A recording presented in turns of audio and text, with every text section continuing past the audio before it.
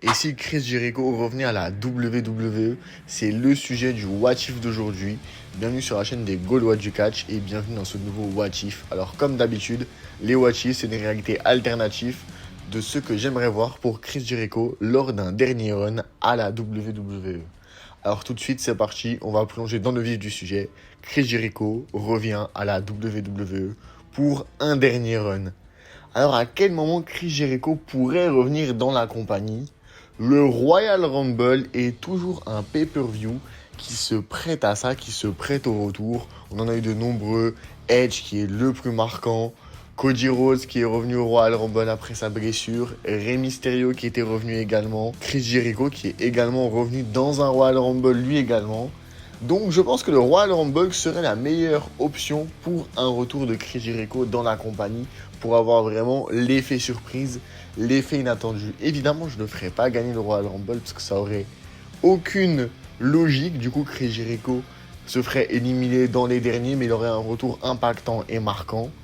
Le jour suivant, la WWE annoncerait qu'il a officiellement re-signé, mais ne préciserait pas la durée de son contrat. Et alors, qu'est-ce que pourrait faire Jericho pour une année, pour un dernier run à la WWE ?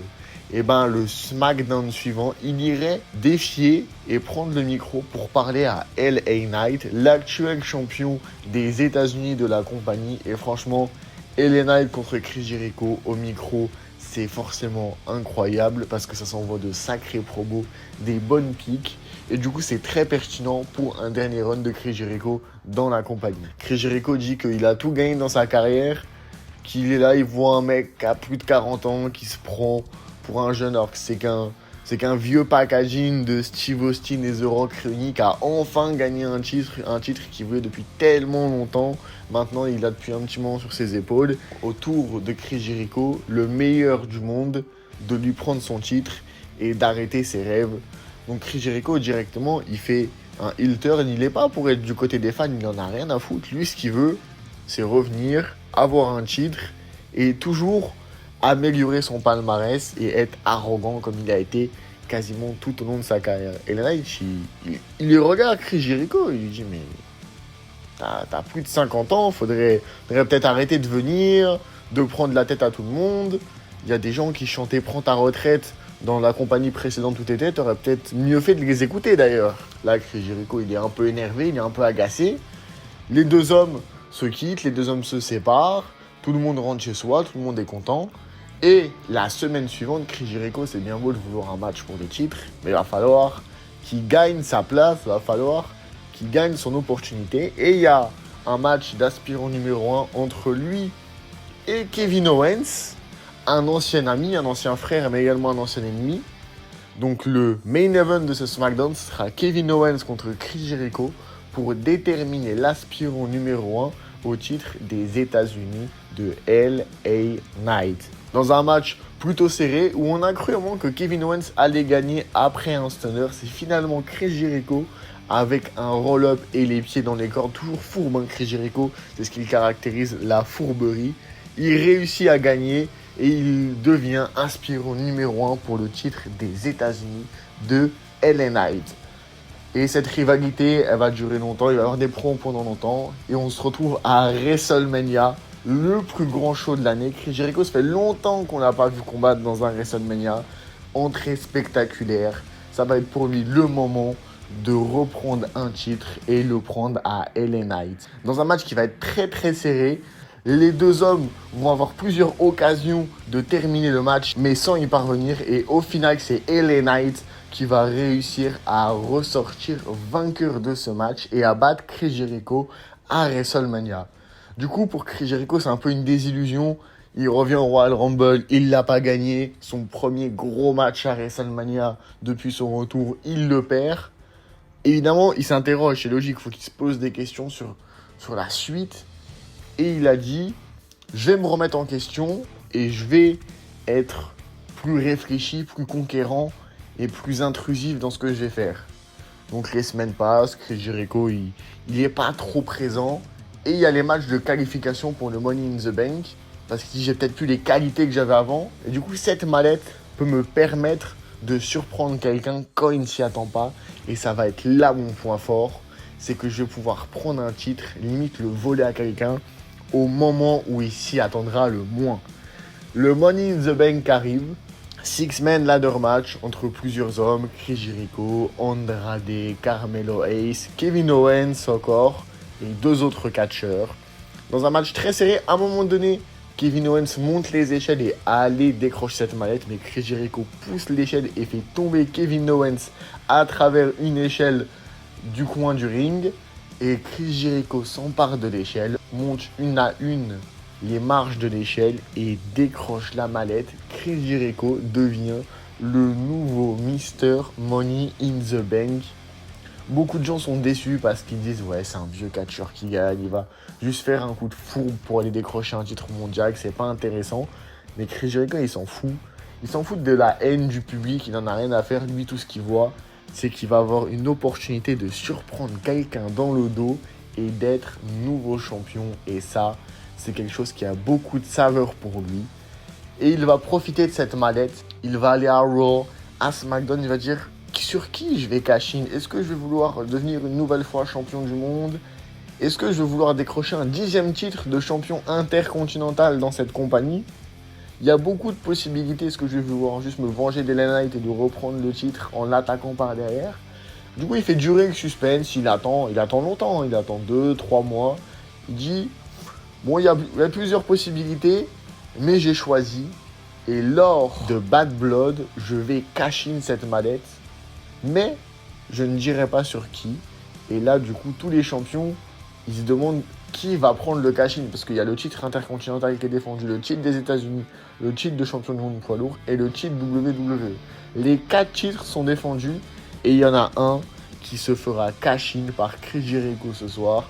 Du coup, tout le monde est un peu sur ses gardes, tout le monde est un peu... Ils regardent, ils se disent « il faut pas que je me fasse surprendre parce que je vais passer un peu pour un bouffon. » Évidemment, c'est sûr.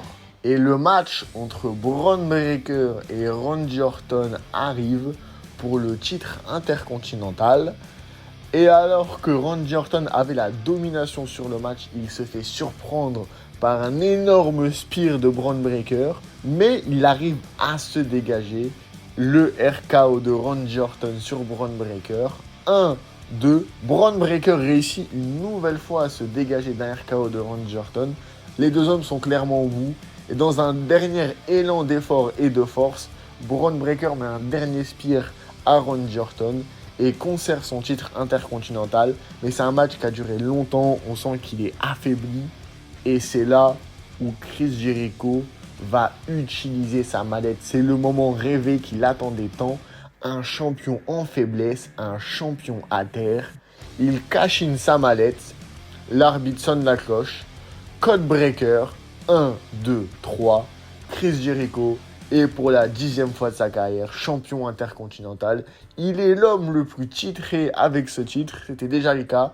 Mais il assoit un peu plus sa domination et son avance sur la concurrence. Mais Jericho, malheureusement pour lui, il ne va pas garder longtemps ce titre parce que Bron Breakker, il va légitimement demander une revanche qu'il va obtenir à Crown Jewel. Et dans un match qui, malheureusement pour Jericho, ne durera pas longtemps, ils sont insultés les semaines suivantes. Mais dans un match qui ne va pas durer longtemps, malheureusement pour Chris Jericho, il va prendre un spear au bout de 5 minutes de match.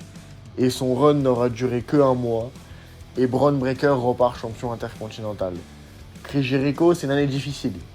Il perd à WrestleMania, il perd au bout d'1 mois, mais d'un côté, il a gagné la mallette Money in the Bank, il a gagné le titre intercontinental, même s'il l'a gardé que 1 mois.